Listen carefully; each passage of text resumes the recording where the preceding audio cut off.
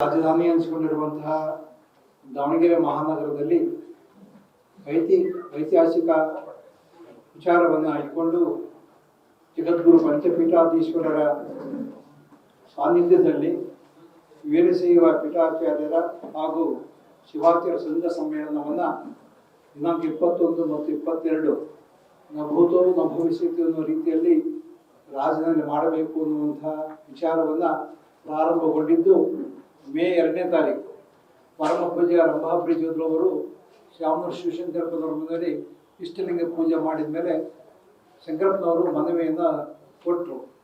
ಪೂಜ್ಯ ರಂಭಾಪುರಿ ಜ್ಯೋತಿರವರಿಗೆ ಬುದ್ಧಿ, ನೀವು 5 ಜನ ಒಂದು ಕಡೆ ಸೇರಿ ನಮ್ಮ ಅಖಿಲ ವೀರಶೈವ ಮಹಾಸಭೆಗೆ ಒಂದು ಮಾರ್ಗದರ್ಶನ ಕೊಡಬೇಕು ಅನ್ನುವಂಥ ಮಾತು, ಕಳಕಳಿ ಮಾತನ್ನು ಹೇಳಿದಾಗ ಆ ಮಾತನ್ನು ಕೇಳಿದಂಥ ರಂಭಾಪುರಿ ಜ್ಯೋತಿರವರಿಗೆ ಪರಿವರ್ತನೆ ಆಗಿ ತಕ್ಷಣವೇ ಕಾರ್ಯೋನ್ಮುಖವಾಗಿ 2ನೇ ತಾರೀಕಿಗೆ ಪೂಜೆ ಆಗಿತ್ತು. ತಕ್ಷಣ ಮುಕ್ತಿ ಮಂದಿರದ ಎಲ್ಲ ಪೀಠಾಚಾರ್ಯರನ್ನ ಕರೆಯುವಂಥ ಪ್ರಯತ್ನ ಮಾಡಿ ಅಲ್ಲಿ 4 ಜನ ಪೀಠಾಚಾರ್ಯರು ದಯಮಾಡಿಸಿ ಇದಕ್ಕೆ ಒಂದು ರೂಪರೇಷೆಯನ್ನು ಕೊಡಲಾಯಿತು. 7ನೇ ತಾರೀಕಲ್ಲಿ ಅವತ್ತು ಸಚಿವರು ಅಲ್ಲಿಗೆ ಆಗಮಿಸಿದ್ರು. ಇದಕ್ಕೆಲ್ಲ ಮುಖ್ಯ ಕಾರಣ ಶಂಕರಪ್ಪನವರು ಹೇಳಿದ ಮೇಲೆ ಚಾಚು ತಪ್ಪದೆ ಅವರ ವಾಕ್ಯವನ್ನು ಪರಿಪಾಲಿಸಿ ಮಾನ್ಯ ಸಚಿವರು ಮಲ್ಲಿಕಾರ್ಜುನರವರು ಅಲ್ಲಿಗೂ ಮುಖ್ಯಮಂತ್ರಿಗಳು ಬಂದು ಆ ಕಾರ್ಯಕ್ರಮದಲ್ಲಿ ಭಾಗವಹಿಸಿ ಇದರ ರೂಪರೇಷೆಗಳ ಬಗ್ಗೆ ಅವರಾಗಲೇ ಒಂದು ಚಿತ್ರಣ ಕೊಟ್ಟರು. ಆ ನಂತರ ಮತ್ತೆ ಇದೊಂದು ಇದೆ ದಾವಣಗೆರೆ ಇದೆ ಆಷಾಢ ಮಾಸದಲ್ಲಿ 21, 22 ಕಾರ್ಯಕ್ರಮ ಅಂದರೆ ಪರಪೂಜಾ ರಂಭಾಪುರಿಜರವರು 5 ದಿವಸ ಆಷಾಢ ಮಾಸ ಪೂಜೆ ಇರುತ್ತೆ ಪ್ರತಿ ವರ್ಷ. ಆ ಆಷಾಢ ಮಾಸದ ಪೂಜೆಯನ್ನು 3 ದಿವಸಕ್ಕೆ ಸೀಮಿತಗೊಳಿಸಿ 2 ದಿವಸ 21 ಮತ್ತು 22 ಶೃಂಗ ಸಮ್ಮೇಳನ ಮಾಡಬೇಕು ಅಂತಕ್ಕಂಥ ವಿಚಾರವನ್ನು ಇಟ್ಕೊಂಡು ಅಖಿಲ ಭಾರತ ಶಿವಾಚಾರ್ಯ ಸಂಸ್ಥೆ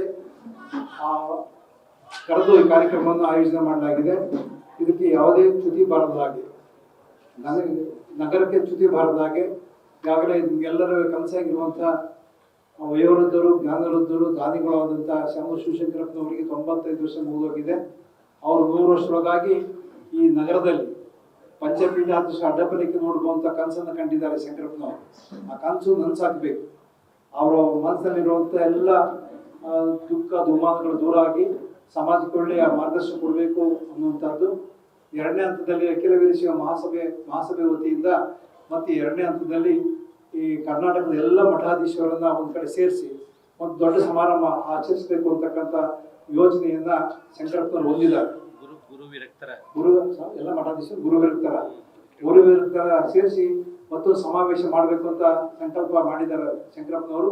ಅದಕ್ಕೆ ಪೂರಕವಾಗಿ ಅವರ ಚಿರಂಜೀವಿ ಮಲ್ಲಿಕಾರ್ಜುನ ಸಚಿವರು ಏನಾದರೂ ಮಾಡೋಣ, ಖಂಡಿತ ಒಳ್ಳೆ ಕೆಲಸ ಮಾಡೋಣ ಅಂತಕ್ಕಂಥ ವಿಚಾರ ಇಟ್ಕೊಂಡು ಇವತ್ತು ಅವರ ಗೃಹದಲ್ಲಿ ಪತ್ರಿಕಾ ಗೋಷ್ಠಿಯನ್ನು ಕರೆದಿದ್ದಾರೆ. ಬಹುಶಃ ಬಹಳ ಜನಗಳಿಗೆ ಈ ಪಂಚಾಚಾರ ಸೇರ್ತಾರೋ ಇಲ್ಲವೋ ಅಂತಕ್ಕಂಥ ಕುತೂಹಲ ಇತ್ತು. ನಮ್ಮ ಮಲ್ಲಿಕಾರ್ಜುನವ್ರಿಗೆ ಒಂದೇ ಮಾತು ಹೇಳಿದ್ರು, ಬುದ್ಧಿ ಎಲ್ಲದೂ ಒಳ್ಳೇದಾಗುತ್ತೆ ಮಾಡೋಣ ಅಂತಕ್ಕಂಥ ವಿಶಾಲ ಹೃದಯದಿಂದ ಹೇಳಿದ್ರು.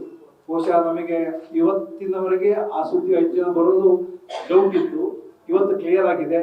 ಪಂಚಪೀಠಾಧೀಶ 5 ಜನ ಈ ಮಹಾನಗರ ದಯಮಾಡಿಸಿ ಭಕ್ತರಿಗೆ ಧರ್ಮೋಪದೇಶವನ್ನು ಮತ್ತೆ ಜನಗಣತಿ ಬಗ್ಗೆ ವಿಚಾರವಾಗಿ ನಮ್ಮ ಸಚಿವರ ಬಗ್ಗೆ ಮಾತಾಡ್ತಾರೆ. ಜನಗಣತಿ ಬಗ್ಗೆ ಏಕಕಾಲಕ್ಕೆ ಎಲ್ಲ ಶಿವಾಚಾರ್ಯರು ಮತ್ತು ಮಹಾಚಾರ್ಯರು ಜೊತೆಗೆ ಅಖಿಲ ವೀರಶೈವ ಮಹಾಸಭೆ ಸಂಯುಕ್ತವಾಗಿ ವಿಚಾರ ಮಾಡಿ ಒಂದು ಠರಾವನ್ನ 22ನೇ ತಾರೀಕು ಕೆಲವು ಠರಾವುಗಳನ್ನ ಪ್ರಕಟಣೆ ಮಾಡಲಿದೆ. ಆ ಪ್ರಕಟಣೆಗೆ ಪೂರ್ವದಲ್ಲಿ ನಮ್ಮ ಮಲ್ಲಿಕಾರ್ಜುನ ಅವರು ಮತ್ತು ಎಲ್ಲ ಜಗದ್ಗುಳವರು ಶಿವಾಚಾರ್ಯ ಸೇರಿಕೊಂಡು ಏನೊಂದು ಠರಾವ ತಗೊಳ್ಬೇಕು, ಸಮಾಜಕ್ಕೆ ಮುಖ್ಯವಾಗಿ ಸಮಾಜಕ್ಕೆ ಒಳ್ಳೇದಾಗುವ ರೀತಿಯಲ್ಲಿ, ಮತ್ತೆ ಎಲ್ಲ ದ್ವೇಷ ಅಸೂಯೆ ಮಸ್ತಗಳನ್ನು ಬಿಟ್ಟು ನಾವೆಲ್ಲ ಒಂದು ಅಂತ ಭಾರತೀಯರೆಲ್ಲ ಒಂದು ಅಂತಕ್ಕಂಥದ್ದು ವಿವಿಧತೆಯಲ್ಲಿ ಏಕತೆ ಕಾಣ ಸಂಸ್ಕೃತಿ ಭಾರತೀಯರದ್ದು. ಅನೇಕ ಧರ್ಮಗಳಿವೆ, ಅನೇಕ ಜಾತಿಗಳಿವೆ, ಅನೇಕ ಪಂಗಡಗಳಿವೆ, ಎಲ್ಲವೂ ಸೇರಿಕೊಂಡು ನಾವೆಲ್ಲ ಮಾನವರು ಅಂತಕ್ಕಂಥದ್ದು. ಬಾಳೆಹೊನ್ನೂರು ದೇವದವರು ಬಾಳೆ ನೀವೆಲ್ಲ ಕೇಳಿದ್ದೀರಿ, ಮಾನವ ಧರ್ಮ ಜಯವಾಗಲಿ, ಧರ್ಮದಿಂದ ಸುರಕ್ಷಾ ಅಂತ ಇರ್ತಕ್ಕಂಥ ಘೋಷಣೆ ಮಾಡಿದ್ದಾರೆ. ನಾವೆಲ್ಲ ಮನುಷ್ಯರು ಮಾನವೀಯ ಮೂಲಗಳನ್ನು ಅರ್ಥ ಮಾಡ್ಕೋಬೇಕು. ಹಾಗಾಗಿ ಸಿದ್ದೇಶ್ವರ ಪುರಾಣಕ್ಕೆ ಒಂದು ವಚನ ಹೇಳಿದ್ದಾರೆ. ಮತ್ತು ವಚನದಲ್ಲಿ ಏನಾದರೂ ಆಗು ಮತ್ತು ಮಾನವವಾಗು ಅಂತುವಂಥ ಮಾತನ್ನ ಸಿದ್ದೇಶ್ವರ ಪುರಾಣಕ್ಕೆ ಹೇಳಿದ್ದಾರೆ. ಹಾಗಾಗಿ ನಾವೆಲ್ಲ ಮನುಷ್ಯರು ನಮ್ಮ ಧರ್ಮಕ್ಕೆ ಜಯವಾಗಲಿ ಒಂದು ಘೋಷಣೆ ಮಾಡೋದು ತಪ್ಪಿಲ್ಲ ಅನ್ನುವಂಥ ಹಿನ್ನೆಲೆಯಲ್ಲಿ ಪೂಜ್ಯರು ಆದೇಶವನ್ನು ಕೊಟ್ಟಿದ್ದಾರೆ. ಆದೇಶವನ್ನು ಎಲ್ಲರೂ ಪರಿಪಾಲನೆ ಮಾಡಬೇಕು. ನಾವೆಲ್ಲ ಯಾವುದೇ ಜಾತಿ ಕುಲ ಪಂಥ ಇಲ್ಲ, 2 ಜಾತಿ, ಒಂದು ಹೆಣ್ಣೊಂದು ಜಾತಿ ಗಂಡೊಂದು ಜಾತಿ ಇರೋದು ಮಾನವರಲ್ಲಿ. ಆ ಮಾನವೀಯ ಮೌಲ್ಯಗಳನ್ನು ಅರ್ಥ ಮಾಡಲಿಕ್ಕೆ ಒಂದು ದೊಡ್ಡ ಅವಕಾಶ ಇದೆ. ಪರಪೂಜ್ಯ 5 ಜನ ದಿಗದರು ನಮಗೆ ಬಂದು ಕೃಪಾಶೀರ್ವಾದ ದಯಪಾಲಿಸಿದ್ದಾರೆ ಅನ್ನುವಂಥ ಮಾತು ಹೇಳಿ ಈ ಸಂದರ್ಭದಲ್ಲಿ ಅನೇಕ ಜನ ನಮ್ಮ ಪೂಜ್ಯರು ದಯಮಾಡಿಸಿದ್ದಾರೆ. ಅವರು ಮಾಡಿದ ಓಂಕಾರ ಶಿವಾಚಾರ್ಯರು, ಆತ್ಮೀಯ ಶಿವಾಚಾರ್ಯರು, ಹಾಗೆ ಅಖಿಲ ಭಾರತ ಶಿವ ಸಂಸ್ಥೆ ಅಧ್ಯಕ್ಷರಾದ ಮುಕ್ತಿಮಂದಿರ ಶಿವಾಚಾರ್ಯರು ಆಗಮಿಸಿದ್ದಾರೆ. ಹಾಗೆ ವೇದಿಕೆ ಮೇಲಿರುವ ನಮ್ಮ ಸಚಿವರು, ಉಳುವಿನವರು, ಮತ್ತು ಕಡೆಕೊಪ್ಪದವರು, ಆಮೇಲೆ ಪ್ರಶಾಂತ್, ವಾಗೀಶು, ದರ್ಶನ, ರುದ್ರಮಣಿ ಎಲ್ಲರೂ ಕಂಕಣಬದ್ಧರಾಗಿ ಈ ಕಾರ್ಯಕ್ರಮ ಯಶಸ್ವಿಗೊಳಿಸಬೇಕು ಅಂತಕ್ಕಂಥದ್ದು. ಈ ಊರಿಗೆ ಗೌರವ ಬರಬೇಕು. ಯಾವುದೇ ಜಾತಿ ಪಂಗಡ ಇಲ್ಲದೆ ಎಲ್ಲರೂ ಮಾನವರಾಗಿ ಈ ಸಮಾಜವನ್ನು ರೂಢಿಸ್ಕೋಬೇಕು.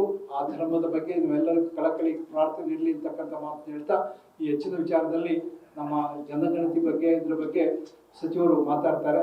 ಆ ಪೂರ್ವದಲ್ಲಿ ನಮ್ಮ ಪೂರ್ವರ್ಗ ಮಠದ ಓಂಕಾರ ಶಿವಾಚಾರ್ಯರು ತಮ್ಮ 2 ಮಾತುಗಳನ್ನು ಆಡಬೇಕು.